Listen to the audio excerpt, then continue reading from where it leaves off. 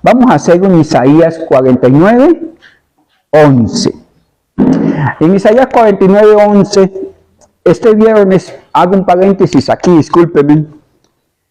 Este viernes a las 7 de la noche, el viernes que viene, vamos a estar haciendo un devocional de oración aquí hasta finalizar el año.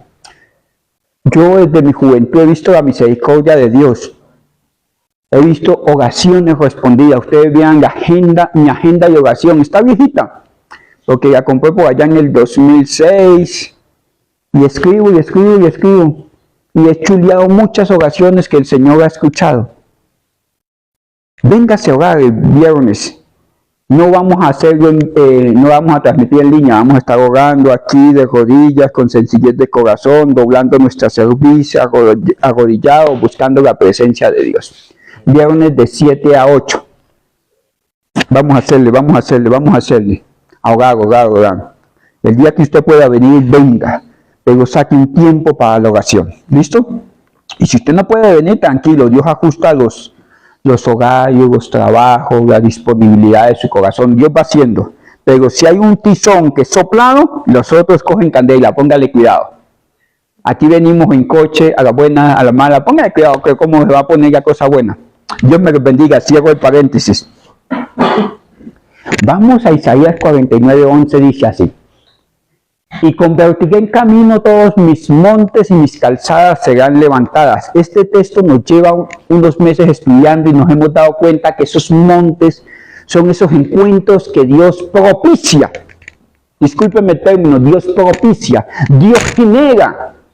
En su soberanía absoluta, Dios, discúlpenme el término, teje los tiempos, los lugares, las personas. Mire, en la vida nada es casualidad. Absolutamente nada es casualidad. Dios es soberano sobre toda su creación. No hay límites para su dominio, su poder y su señorío. Eso lo tienes que tener muy claro. Entonces Él nos propicia esos lugares de encuentro para que yo sea transformado. Nuestro fin es glorioso y está seguro. ¿Sabe usted cuál es nuestro fin? La eternidad con nuestro Dios. Porque todo aquel que cree en Cristo somos herederos de salvación y vida eterna. Y esto no proviene de nosotros, porque la salvación es la salvación de Dios, ¿sí me hago entender? Sino que Dios en su infinita misericordia nos predestinó para ser salvos y por eso venimos al encuentro con Cristo para entrar a la eternidad. Pero mientras estemos aquí, Él nos va a transformar a la manera de Cristo para cumplir su propósito. Usted tiene claro que su fin es la eternidad, ¿cierto? Y eso no te lo podrán quitar. Eso no te lo podrán quitar. Y por torpe que sea, no se va a extraviar de este camino. Y lo tienes que tener con esa claridad. Pero Dios nos está transformando. Y nos dimos cuenta que ese transformar es como colocar un sello, como moldearnos. La palabra carácter viene de repujar, de imprimir, de marcarnos. Es darnos forma, es como si fuéramos barro y Él nos está formando de acuerdo a su plan y a su propósito. Bueno, y nos dimos cuenta de que Él quiere cambiar. ¿Alguien se acuerda que quiere cambiar en nosotros? Nuestra conducta, nuestras costumbres y nuestro carácter. Listo. Y dentro de ese carácter yo tengo que saber si estoy avanzando o estoy parado o estoy retrocediendo. Esto para los que han aceptado a Cristo. Una persona que no ha aceptado a Cristo como único y suficiente Salvador tiene una opción. ¿Cuál es la opción? Que se acerque a la cruz de Cristo, se arrepienta de sus pecados y crea. Para que sea hecho, como dice Juan 1:12, hijo de Dios. ¿Por qué? Porque si yo tomo una persona no arrepentida y la meto dentro de la transformación del Espíritu, discúlpeme esto, perdóneme, lo que voy a decir es como echarle perfume a un marrano. ¿Sí me van a entender? ¿Qué necesita tu hijo? ¿Qué necesita mi hijo? ¿Qué necesita la persona que nos ha acercado? Entrar por la puerta. Y Cristo es el camino, la verdad y la vida, es la puerta. ¿Cuál es el camino? Cristo. ¿Cuál es la puerta? Cristo. ¿Cuál es la manera de acercarse a Dios? Cristo. Una vez estamos en Cristo, comenzamos el proceso de transformación. La liberación, la transformación, la santificación son procesos exclusivos para aquellos que han creído en Cristo. No puede ser santificado alguien que no se ha arrepentido. ¿Por qué tenemos que orar nosotros? Por los que están afuera, que no han conocido a Cristo, se arrepientan de sus pecados y acepten a Cristo. ¿Y por qué tenemos que orar por los que estamos en la iglesia? Para que seamos transformados al carácter de Cristo. Bueno, vamos a ir a Romanos 5, ya quedamos 3 y 4. No sé si Chechina tenía un texto por ahí en la Nueva Traducción Viviente. Romanos 5, 3 y 4.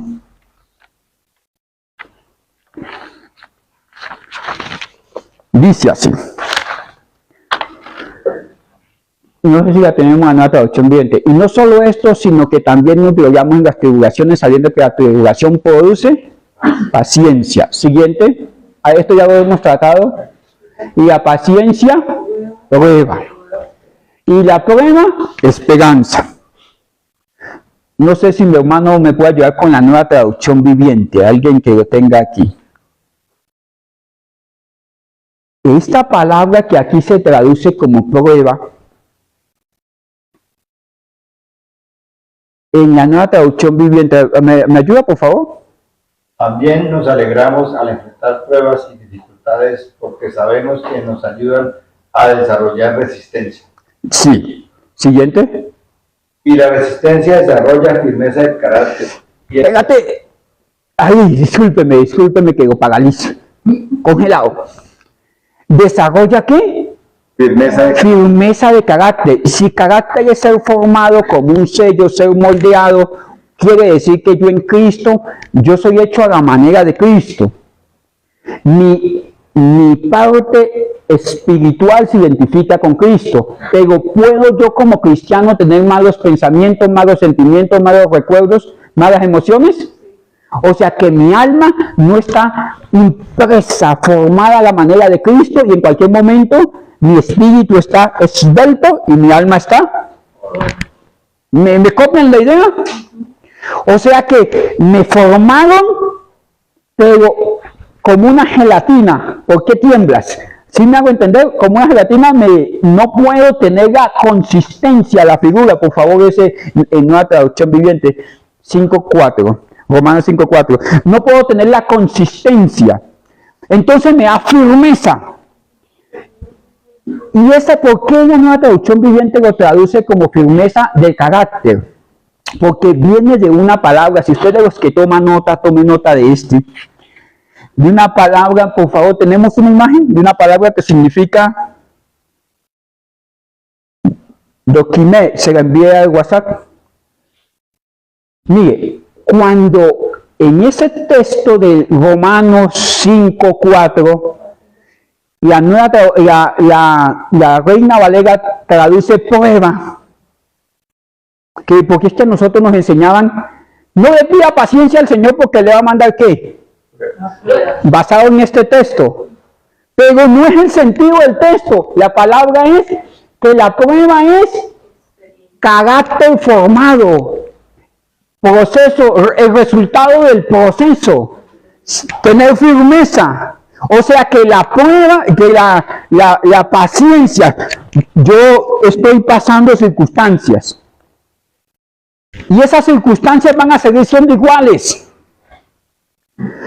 Las circunstancias puede que no cambien, el que puedo cambiar soy yo. Pablo dijo, yo sé tener en escasez, sé tener en abundancia, en todo puedo estar saciado, en toda circunstancia puedo estar saciado. Es más, dijo Pablo, todo lo puedo en Cristo que me fortalece. ¿Y qué es lo que podía en Cristo? Escasez, abundancia, persecución, maltratos, latigazos, todo eso lo podía. Las circunstancias no habían cambiado. ¿Qué cambió? Pablo. Mire, hermanos, si usted no ha casado, le voy a dar No sé si desanimo o animo. No hay matrimonio sin problemas. Solamente en las novelas esas de coreanas o esas de turcas. Si me hago entender, los señores no trabajan, no van al baño, no cocinan, no, o sea, todo chévere. Pero todas esas tribulaciones las pasamos todos. Usted y yo tenemos cara de sospechosos. Si me hago entender, estamos en el proceso.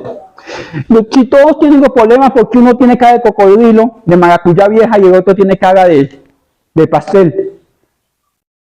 Porque hay uno que aprendió a ejercitarse en la paciencia. Y esa paciencia, la primera vez que usted quiere hablar, y la palabra de Dios le dice, como David dice, Señor, pon guarda a mi boca, pon guarda. La primera vez uno explota, ¡boom! Ya después sabe que explotando en lugar de solucionar el problema, ya no tiene un problema, sino tiene dos. El que había inicialmente y el que hizo cuando explotó. Entonces ya la próxima usted va al texto y dice, David, el rey de Israel, dice, Señor, por favor, cállame esta bocota. Usted dice, eso es conmigo. Usted no va a poder ganar a los hijos, no va a poder entrar en razón a otra persona porque es una forma de pensar. Pero usted llega y dice, y usted quiere hablar, pero se está ejercitando en la paciencia. Como si lo estuvieran espichando, pellizcando, y usted está ejercitándose en la paciencia. Y al ejercitarse en la paciencia produce prueba, pero lo que se traduce aquí como prueba es carácter formado. Entre más paciente sea una persona, su carácter está más trabajado, más formado, más firme su carácter, más forma a parecerse a Cristo. ¿Me hago entender? Y esto aplica para todo. Desde la convivencia en la iglesia, en la familia, en los negocios, en esto. En la mente. ¿A qué me refiero? Porque usted no se soporta a veces ni usted mismo. Pablo dice, hay algo en mí defectuoso, que lo que yo quiero hacer no hago y hago lo que no quiero hacer. Ese era Pablo. Y siendo Pablo. O sea que la primera paciencia que tenía Pablo era que él decía una cosa y hacía otra. Usted y yo hacemos lo mismo. Y es donde uno quiere hacerse así. ¿Qué estás haciendo con el pedacito de vida que te queda? ¿Sí me hago entender? Pero entonces uno dice, no, he errado por aquí, pero igual mi instrucción en Dios, cómo hacer las cosas, yo voy a hacer por acá. Es una paciencia con uno mismo, es una paciencia con... Y eso va formando mi carácter. ¿Me hago entender? Lo que se traduce allí como prueba es carácter formado, es el fin del proceso, el resultado del proceso, es el juicio, es la aprobación. La paciencia dice, ¿usted tiene un carácter formado o no tiene un carácter formado?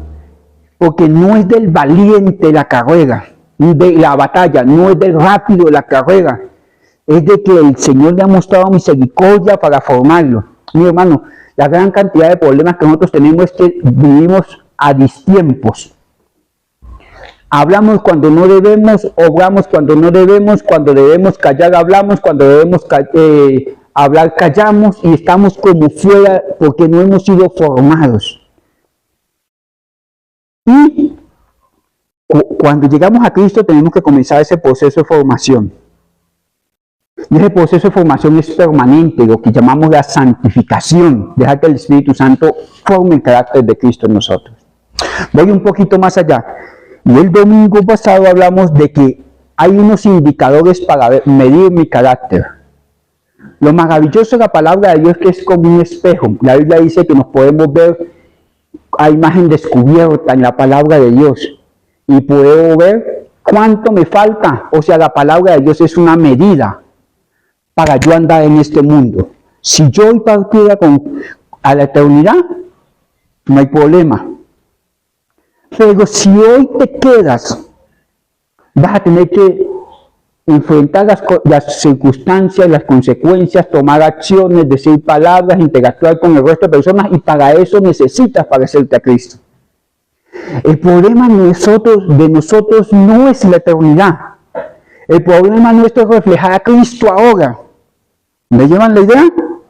Y entre más reflejemos a Cristo, que es el propósito último de Dios en esta vida, con nosotros mientras tengamos esta vida, menos dolores vamos a sufrir, menos angustias.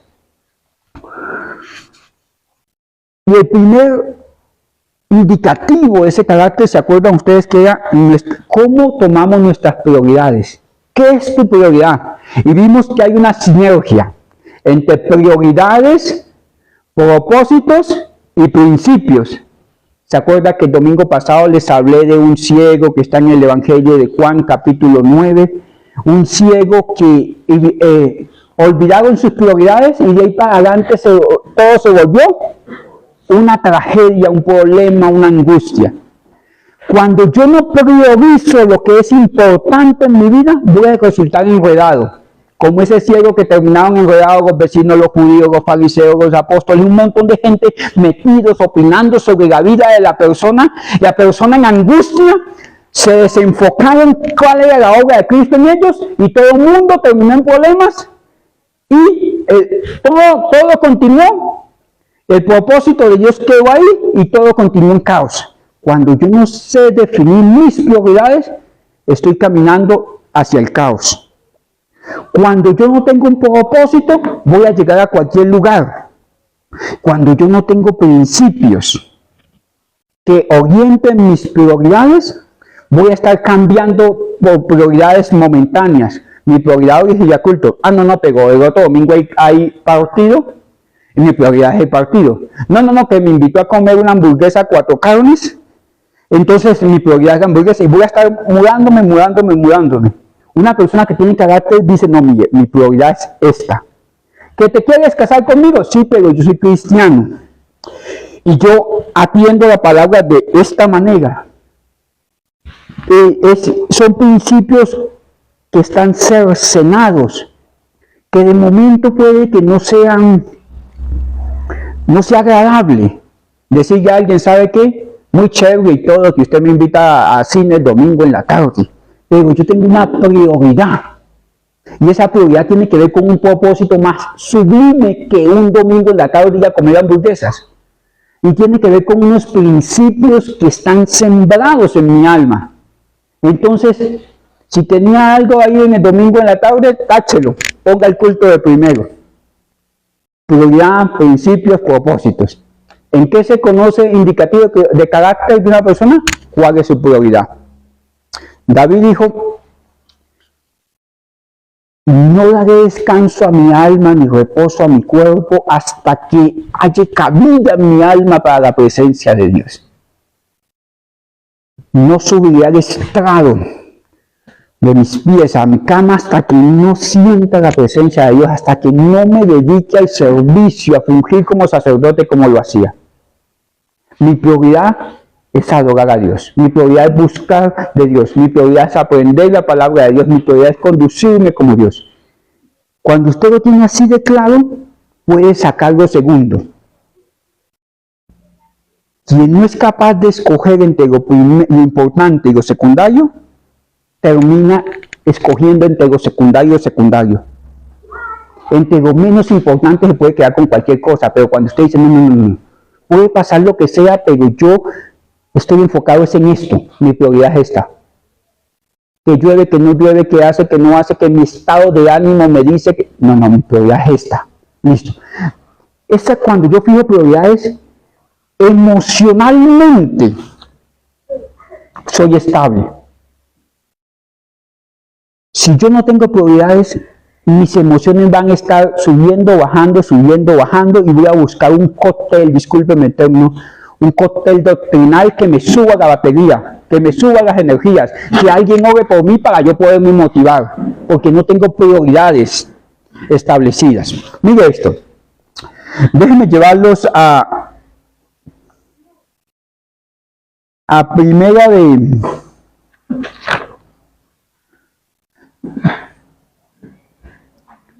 Romanos.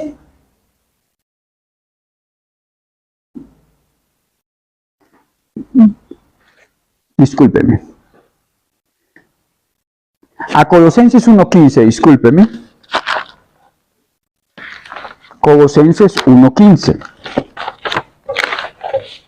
Vamos juntos.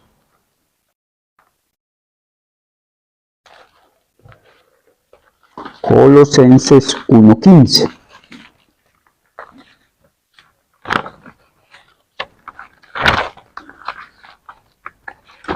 Allí habla, Colosenses 1:15, cuando yo fijo esas prioridades, hermano Miguel, ¿qué pasa acá?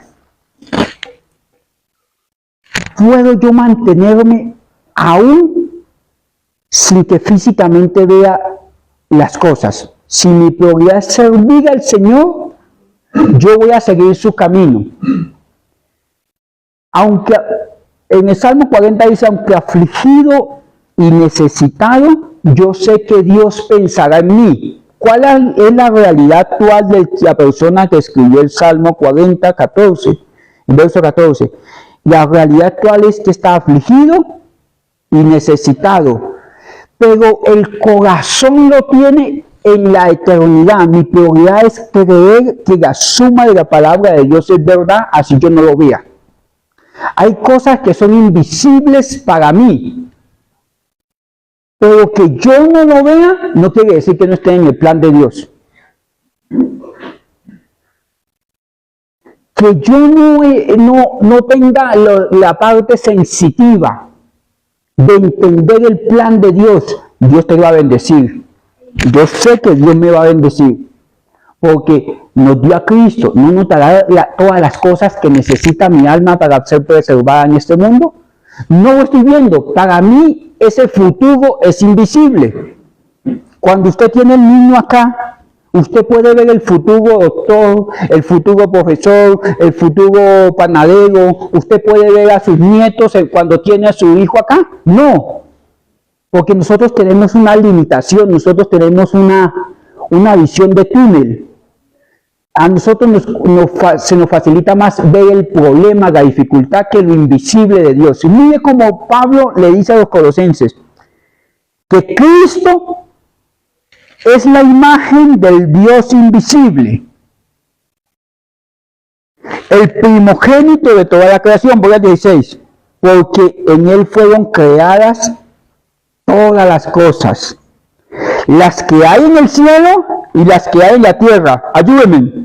Visibles e invisibles, sean tronos, sean dominios, sean principados, sean potestades, y todo lo creado por medio de él y para él. Y antes de todas estas cosas, en él subsisten, es la cabeza absolutamente de todo. Miren, hermanos, cuando yo priorizo las cosas de Dios, comienzo a ver cosas que no estaban a mi vista. No sé cómo hacer que trasladar esto. Porque es que hay una fe que es pasiva y una fe que es activa. Yo me rodeo de cierta clase de personas que dicen está lloviendo, que está mal, que esto, que lo otro. Yo cuando veo a mis hijos y veo el plan de Dios y los veo todos espelucados, trasnochados, haciendo lo contrario, yo no puedo ver el eterno poder y deidad de Dios ahí. ¿Por qué? Porque mis ojos carnalotes no lo pueden ver. Pero el plan invisible de Dios, su eterno poder y deidad, toda la obra de Dios revelada en Cristo, está obrando para bien, aunque yo no lo vea.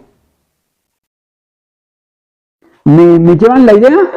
Yo fijo mis prioridades y sobre esas prioridades voy a andar. Yo no necesito verlo, yo necesito obedecer esas prioridades. Y en la medida en que voy obedeciendo esas prioridades, Dios va añadiendo. Es como cuando usted va conduciendo de aquí a Cúcuta de noche. Usted no necesita ver de aquí hasta el peaje. ¿Cuánto ve usted cuando va conduciendo? 4, 5, 6 metros, pero usted obedece estos 6 metros y ¿qué pasa enseguida? Puede volverse visible. Mire, hermanos, nadie se casa para tener, usted no sabe para dónde va, cómo va a ser su casa, cómo va a ser la olla a presión, cómo va a ser el sofá. Usted simplemente se casa, dio aquí. Pero hay un camino invisible que ya está trazado, pero usted tiene que llegar aquí y después ya va a saber cómo va a continuar el camino. ¿Sí me hago entender? Mi prioridad, ¿cuál es? Obedecer y tomar la decisión que tengo que tomar. En lo que conozco, en lo que entiendo y en lo que sé. Cuando yo no tomo esas prioridades, voy a vivir al borde de la ansiedad. Porque, mis hermanos, la ansiedad, hay un texto que dice, echad a mi hermano Michael, toda vuestra ansiedad sobre él. Primera de Pedro 5:6. Este es el texto que estoy buscando. Hay cosas invisibles. Primera, si puedo estar equivocado, Primera de Pedro 5:6. Sí. Cuando yo no veo las cosas y no tengo prioridades, principios y propósitos, yo vivo con esa expectativa. La expectativa desordenada me va a traer ansiedad. La ansiedad no manejada me va a llevar a la depresión. Y en la depresión voy a quedar así suspendido. Me voy a esconder de las personas, voy a huir de mi realidad, voy a autorrechazo, voy a haber hecho y no hice, ¿por qué hice? ¿Por qué no hice? Mire esto. Vamos desde el 6. Pedro dice, humillados bajo la poderosa mano de Dios para que Él exalte cuando fuere tiempo. Antes de esto está hablando de tribulación. Y Él le dice, mira, hay un camino. El camino es que usted tenga una prioridad. Antes de tratar con su problema, hay un camino. Esta debe ser su prioridad, humillarse bajo la poderosa mano de Dios. Él le está dando una medicina para algo. ¿Cuál es la medicina aquí? Humíllese bajo la poderosa mano de Dios. Siguiente. Echando. Pero estos son una sucesión de escalones. Mire, yo no puedo echar mi ansiedad sobre Cristo, porque está hablando de Cristo, si no me humillo primero. Señor, pero es que si yo hago las cosas bien, ¿por qué se comportan mal sobre mí? Soberanía absoluta de Dios. Creo que no salen las cosas. Por ejemplo, el problema de Asaf. Salmo 73. Es el mismo problema de Job. Llega y dice, tú envidia de los incrédulos porque les va bien en su camino y no tienen congojas como el resto de los mortales, dice Asaf en el Salmo 73. Y Job dice, ¿por qué a los que se comportan mal se alejan de ti que va bien? Es más, Job va más allá y dice, ¿por qué sufren los justos? Y entonces eso lo llena de ansiedad. Y esa ansiedad que a todos nos visita, porque no llenó mis expectativas. Yo tenía un trabajo para que me alcanzara la plata, ahora trabajo y cojo la plata aquí, pago el arriendo y chao. Mi expectativa era irme a Dubái. Y solamente para pagar, para pagar. ¿Sí me hago entender? Estas no eran mis expectativas. Entonces usted se siente ahogado y se vuelve ansioso. ¿Pero por qué se vuelve ansioso? Porque ha perdido la capacidad de humillarse ante Dios. No puede ver lo invisible de Dios, su eterno poder y deidad en medio de esa ansiedad. Echando toda vuestra ansiedad sobre Él, porque mire, esto es soberanía absoluta, porque Él tiene cuidado de nosotros. La ansiedad mal manejada lleva a la depresión. Pero la ansiedad es la incapacidad de humillarme a Dios. Y Dios nos humilla de cualquier manera. Y cuando digo nos humilla, no estoy diciendo, porque es que la palabra humillar no está en el original. Siempre tiene que ver con moler, con procesar, con machacar, y nosotros la traducimos como humillar. Porque mire esto, Salmo 119, 71 dice, bueno me es haber sido tratado, haber sido golpeado, haber sido machucado. Aquí se traduce en la Reina Valera como humillado. Bueno me es haber sido humillado. ¿Cuál era el sentido? Que aprendas. Para que yo aprenda cómo me debo comportar. ¿Qué dice Primera de Pedro 5:6? Humillados bajo la poderosa mano de Dios. Salmo 119, 71 dice, es bueno que yo pase ese proceso de humillación, porque eso me hace ver que necesito una nueva manera de vivir. Sí, soy salvo, pero es que yo no puedo estar trastabillando, discúlpeme el término, constantemente con las mismas circunstancias, lidiando con los mismos valles de mi corazón. Si la vez pasada me metí en problemas con una actitud mía, y ahora en adelante esa actitud no me va a volver a meter en el mismo problema. Puede haber otro problema, pero es que yo necesito aprender de los designios de Dios, de las formas de Dios. Necesito entender cómo es la forma en que Dios quiere que yo me comporte. Aprender de sus estatutos, aprender de su ley, aprender de sus preceptos. Me humillo, digo, y la mejor forma de humillarme no es decir, uy, hermanito, sí, qué pena, yo tuve la culpa. No. Es decir, mire, fallé porque es que el principio de la palabra es este. El principio de la palabra es este. Y en ese principio de la palabra yo estoy corto. Yo y usted estamos cortos. Entonces, ¿sabe qué? Yo me he chocado contra esa palabra y aquí el que falla no es la palabra, soy yo. Tengo que reducirme. Tengo que amoldarme. Tengo que tener la forma de lo que la palabra, que es el cincel que me está formando, me quiere dar.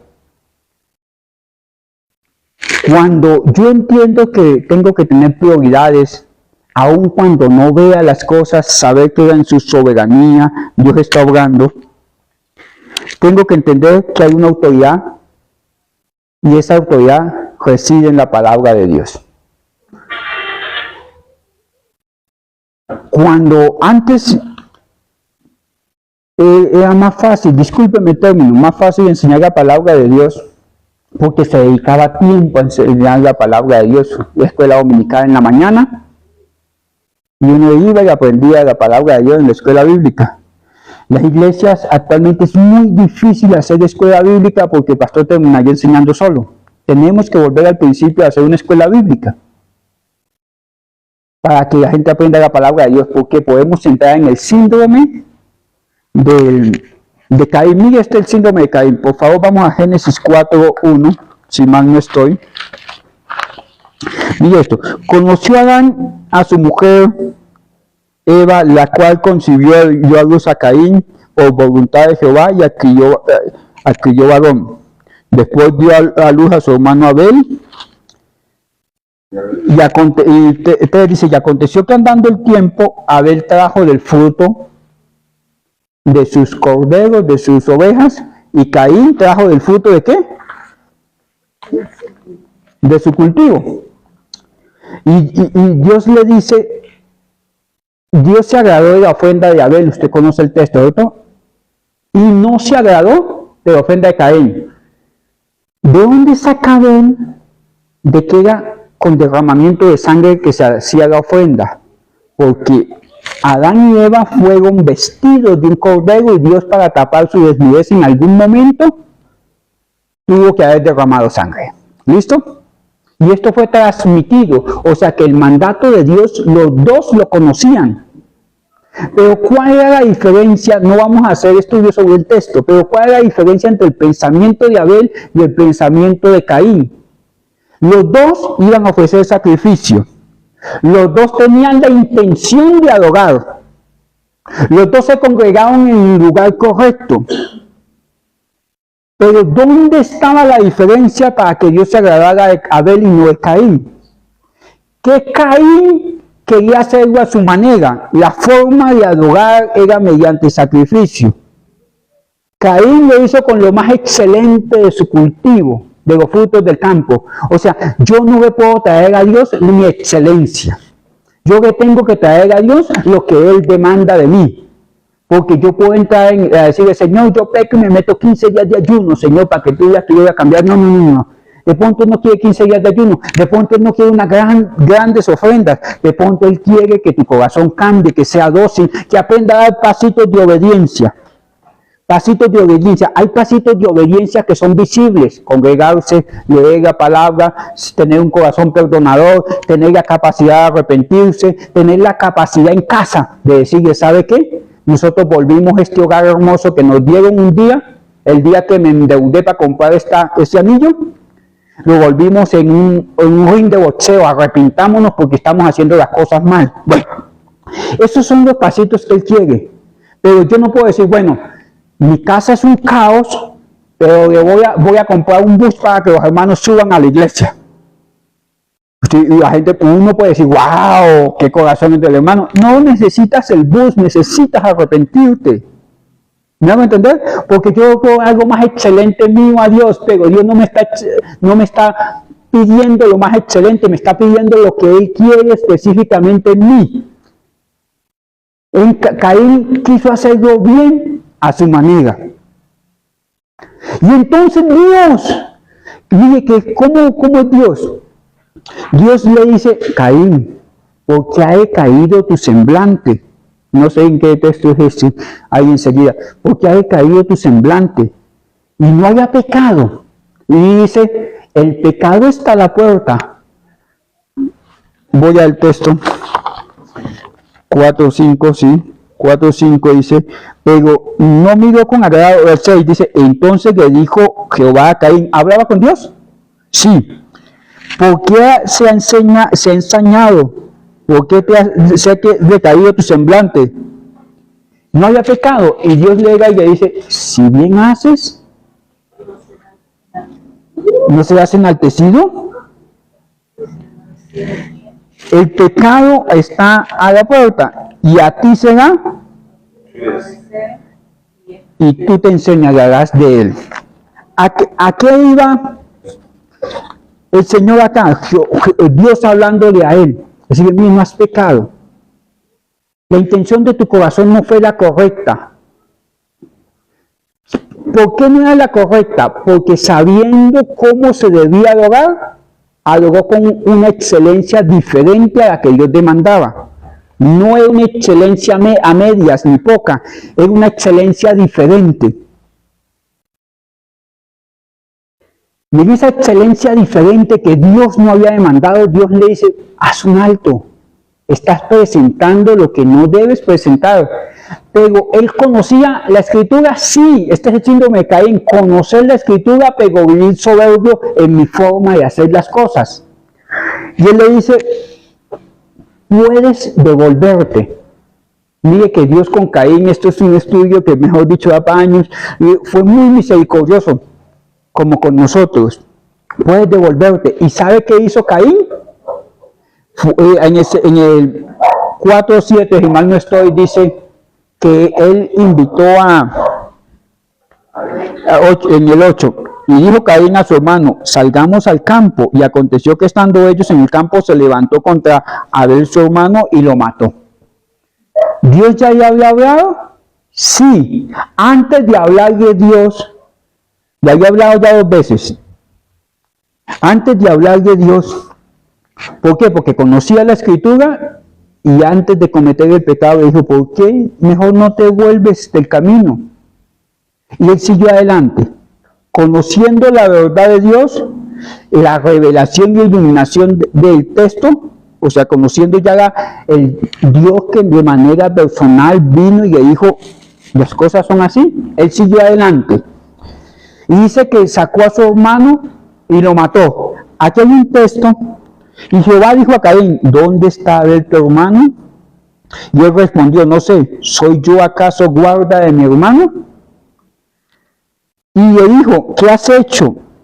Esta palabra que aquí se traduce como sangre, en el original no es sangre, son sangres. ¿A qué me refiero? A que Caín no fue y lo mató así, pum, de un solo golpe, sino que se encarnizó en todo su odio, toda su ansiedad, toda su angustia, buscar una víctima y lacerarlo muchas veces. De tal manera que lo que implica aquí el texto fue que quedó la escama, la sangre. ¿Me hago entender? O sea, no fue un error. No fue algo esporádico e intenso dolor, dicen ustedes los abogados, ¿cierto? Que alguien llega esporádicamente y comete un error. No, no, no. Fue con premeditación. Mire que conociendo el plan de Dios, ¿hasta dónde llegó en ese caos? De desobedecer el mandato personal de Dios a él, en planificar la muerte de su hermano, en hacerlo de una manera escandalosa. Es más, ¿sabe usted por qué Dios dice más adelante que Dios no expulsaron a Caín y le colocó una marca en la frente? Esa marca, cuando uno lee, dice es una cruz, un ataque, que significa que mis pensamientos tienen que estar sometidos al plan de la cruz. La TAT es la última letra del alfabeto hebreo. ¿Qué significa? Que aún pensando mal, conociendo la palabra, yo puedo pensar mal. Esos pensamientos tienen que estar bajo la cruz de Cristo, bajo la señal. Ezequiel dice que los que creen en Dios les colocará una señal en la frente. ¿A qué se refiere esto? Que los que creen en Dios son capaces de retroceder en su humanidad y cambiar mi antigua manera de pensar. Por eso Pablo dice, renuévense en el espíritu de su mente, renuévense en la mente, renuévense en la forma de pensar las cosas. Dice, mire, si hay algo noble, afable, en eso deben pensar. O sea, dejen de pensar lo que no conviene que ustedes piensen. Piensen cómo lo haría Cristo. ¿Cómo lo haría Cristo? ¿Qué haría Cristo si fuera el esposo de esta señora que está peleando aquí en la casa? ¿Qué haría Cristo? ¿Le contestaría con otra grosería? ¿O sería capaz de menguar? ¿Qué haría Cristo ante los diferentes eventos de mi vida? O sea, bajo el señorío de Cristo tiene que estar mi mente, porque la Biblia dice, tal cual es el pensamiento del hombre, así es el hombre. Lo torcido del corazón está en lo que yo pienso, porque como pienso, yo lo hago, yo lo digo. Pero cuando yo digo, no, es que mire, esa no es la forma de pensar, no es la forma de actuar, no es como debo proceder. Los demás pueden proceder de cualquier manera, pero yo no puedo proceder así. Yo estoy bajo la señal de Cristo. Vale. Mire, hermanos, cuando yo entiendo de los principios de Dios, de los propósitos de Dios, de las prioridades de Dios, automáticamente eso me lleva a un segundo indicador que son los límites. Límites. Hay una forma de límite. Lo que le hizo cuando Dios se encuentra con Caín y le dice, ¿qué estás haciendo, Caín? Le dice, el pecado está a la puerta, pero hay un límite, él se va a quedar allá. Si tú cruzas esta línea, vas a tener las consecuencias de la muerte, de tus acciones. Pero hay un límite. Esos límites es donde Dios en su infinita misericordia me permite moverme. La Biblia dice, no hay hombre bueno ni siquiera uno, no hay quien haga lo bueno ni siquiera uno. Por eso todo hombre necesitamos arrepentirnos, porque no hay bueno ni siquiera uno. Y dentro de esos límites Dios me permite que yo me mueva de cierta manera. A Caín le dijo, mire, ya con enojado se tiene. ¿Por qué ha decaído su semblante? ¿Por qué? Porque estaba así. Dijo, pero hay otras acciones que puedes hacer que se pueden enseñorear de ti, o sea, que van a traer consecuencias terribles. Dijo, mira, hay un límite, ya la embarró, discúlpeme el término, ya la embarró, ya no siga progresando en ese camino. Por eso Pablo le dice, no se ponga el sol sobre vuestro enojo. Mire, ya está enojado, ¿para qué va a pasar el enojo al otro día? Y dice, mire, aigaos, pero no pequéis. Entonces alguien me dijo, no es que la Biblia manda que nos aiguemos. No. Si ya se tiene ira, no vuelva más profunda las circunstancias de su corazón. Ya no ahonde más en ese proceso de rebelión en su corazón. Póngale límite. Cuando nosotros entendemos de prioridades, principios y propósitos, nosotros podemos definir límites. Hay un límite. ¿Usted se acuerda que esto ya lo tratamos, que Dios a Sansón le puso un límite? Le dijo, mire, mi espíritu estará contigo entre U y Escol. Ahí, ande ahí, pero no se salga de ahí porque mi espíritu no va a estar contigo. Cuando yo entiendo que hay límites.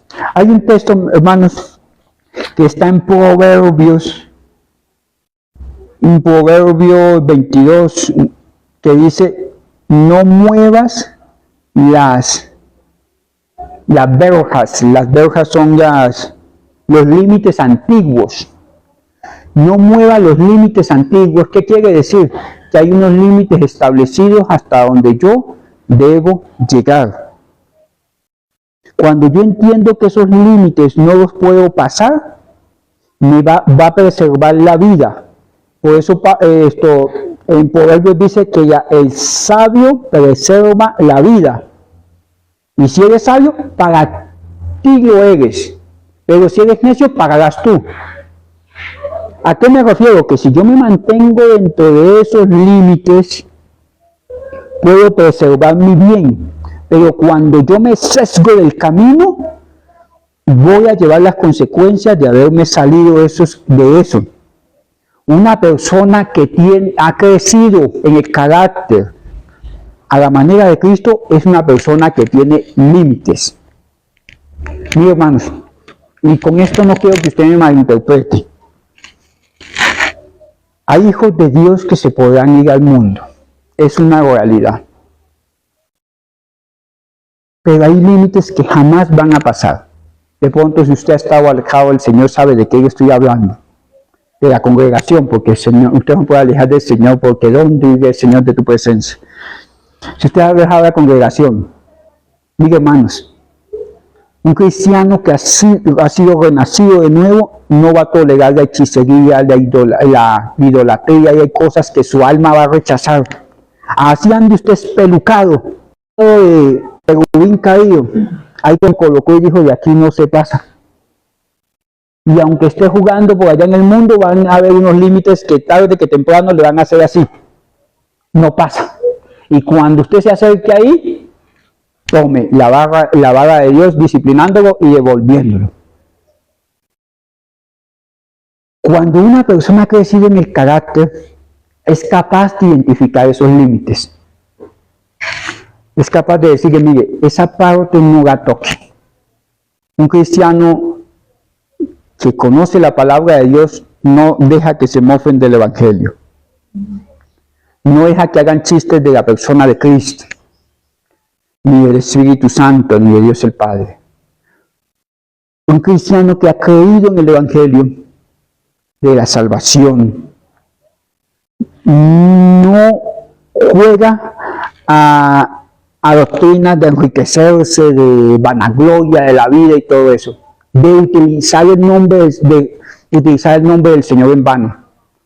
Una persona que ha creído en el Evangelio dice, no, espérate, las cosas del Señor hay que honrarlas, los principios del Señor hay que honrarlos, la palabra del Señor se respeta. Es capaz de colocar esos límites, tanto en la parte externa como en mi parte interna. Mis hermanos, cuando yo voy formado a la persona de Cristo en mí, voy en camino a ser formado, yo sé incluso a quién debo saludar y a quién no debo saludar. ¿A qué me refiero? Que de pronto yo me consigo con la hermana y de un abracito. Pero si yo no estoy formado a la persona de Cristo, yo comienzo como el hermano pulpo en la iglesia. Mando la mano por donde se pueda, mis hermanos. No hay límites. No hay límites en mi boca, mi palabra. Mis hermanos, nosotros nos podemos enojar. Incluso yo como pastor, discúlpeme, de pronto soy abusivo en lo que voy a decir. Podría tener alguna prerrogativa de llamarle la atención a ustedes y yo, venga hermano, eso no es así, debería hacerlo de esta manera. Pero sabe que yo tengo un límite, que es una oveja que el Señor dejó en el rebaño. Y si yo la cojo y le doy no sea que venga el dueño del rebaño y me diga, oiga, pero usted está ahogando como si fuera suyo. O sea, la Biblia dice que hay hombres que sus palabras son como golpes de espada. Y su esposa, su novia, su novio es una hija de Dios. Su hijo es un hijo de Dios que te dejan al cuidado. Y yo a mis hijos los llamo y le digo, mire hijo, no me gustó esto, pero la vida sigue. pero trato de que haya un límite, porque si yo dejo salir toda esa rabia que puede haber en mí, yo puedo cruzar los límites. Yo como pastor puedo cruzar los límites con las ovejas que son del Señor. Yo soy el cuidador. El Señor es el dueño. ¿Sí me hago entender? Cuando yo no tengo límites en el ministerio, me puedo volver el rey del ministerio. En lugar de limpiar, servir, ayudar, animar, trabajar en función de la iglesia, de la congregación, yo puedo esperar que los demás trabajen para mí. Crucé el límite. En la iglesia no hay príncipes, no hay reyes.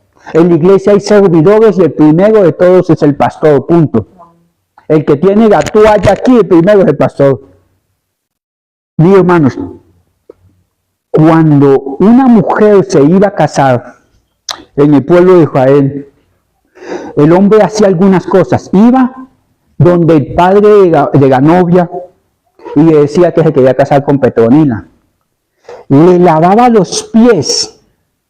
Le lavaba los pies, que era una simbología de te voy a cambiar el camino y ahora vas a comenzar un camino aquí, al lado de mi corazón, donde tengo estas costillas.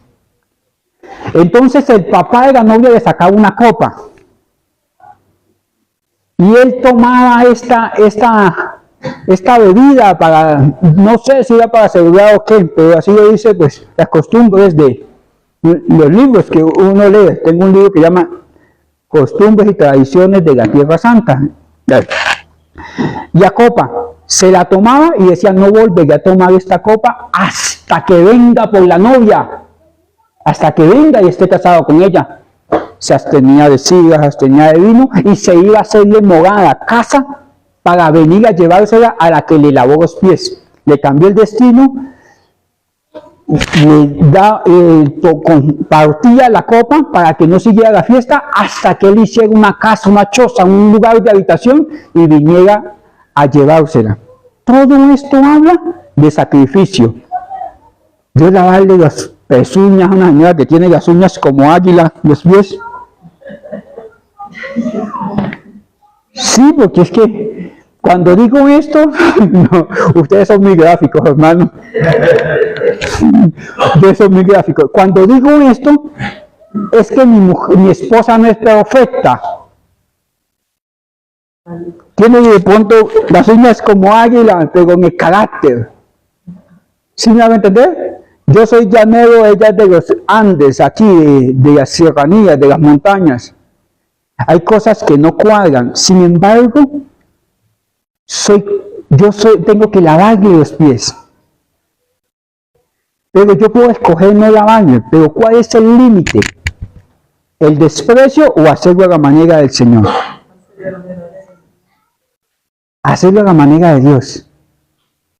Yo ir menguando para que en nosotros vaya creciendo. Ese es mi límite. Mano, mire, cuando usted le dice sí a una princesa, le está diciendo no a 4.700 millones de femeninas que hay en el mundo. Ese es el límite. Cuando usted entiende que hay límites para manejar el tiempo, cristiano que no tiene límites para ver películas, para estar pegado al play, para estar visitando al vecino. Ese cristiano que tarde que temprano va a terminar en problemas porque le falta carácter. Si usted va a casar, el 80% de su tiempo va a pasar con su esposa. O sea que si no se caen bien, límenselos para que no se hierran tanto. Porque hay que ponerle límites. Límites, todo en su sana proporción. Ese lindero que no hay que cruzar tiene que estar definido. Si una persona es capaz de manejar su tiempo, es capaz de manejar sus sentimientos, es capaz de manejar sus emociones, es capaz de tener control sobre lo que piensa, sobre lo que hace, sobre lo que dice, es capaz de manejar muchas cosas. Es más, a nosotros nos crearon en que la plata es para gastarla, en que la boca es para defenderse, en que, mijito, usted no se deje, si él le casca, usted casque. nos quitaron los límites que tenían nuestros padres. Él es su papá y así no tenga la razón, él es su papá. Eso, y nosotros nos quitaron eso, nos movieron la línea ética. Entonces ahorita yo hace poco fui a dar una consejería donde él dijo, no, es que yo voy a sacarlo de la casa. Oye, ¿pero de quién es la casa? No, pues la compró él, pero es que mi mamá no me decía eso. Entonces yo voy a sacarlo. Yo le decía, oye, estás cruzando un límite. Él puede ser algo más malo que usted puede que crea que es. Pero es su papá. Está en lo suyo. El arrimado es usted. No, pero yo defiendo a mi mamita. No, usted es un arrimado, usted es una visita más. Usted ya está grandotote, llega de visita y no puede sacar al dueño de la casa. Hay un límite. Cuando yo establezco esos límites, yo puedo avanzar, de verdad. Un hogar sin límites es un hogar que va a terminar en celos, en iras y en contiendas. Una iglesia que no tiene límites es una iglesia que va a terminar en fornicación, en adulterios, en problemas raros, porque no tiene límites. Una persona que no tiene límites en lo económico, hermano, es una persona que va a vivir endeudada hasta que se muera y 20 años más. Se muere y todavía pasa el cobradiario, la tarjeta de crédito, como sea. ¿Por qué? Porque no tiene límites. ¿En qué sé que yo estoy madurando? En que yo puedo tener límites. Así como puedo fijar prioridades, yo también tengo que fijar límites. Incline su rostro por un momento.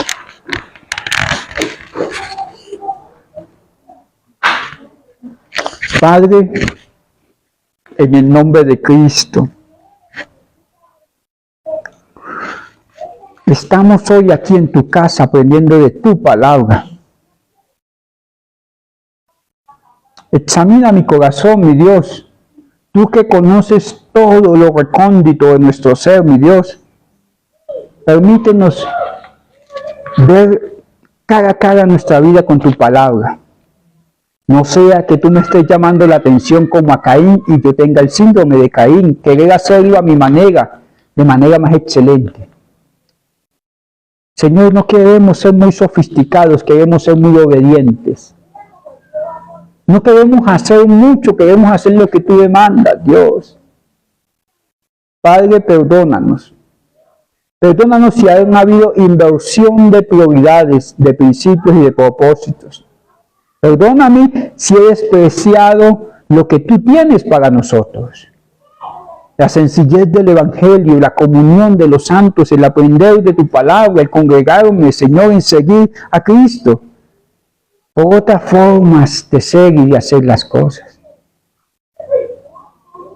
Padre, permite que mi vida viva dentro de esos límites, que no cruce los senderos antiguos. Permite que aunque yo no vea, Señor, las cosas, lo invisible, el eterno poder y deidad de Cristo, ese eterno poder de Dios revelado en Cristo, Señor, yo pueda obedecer. Yo pueda obedecer.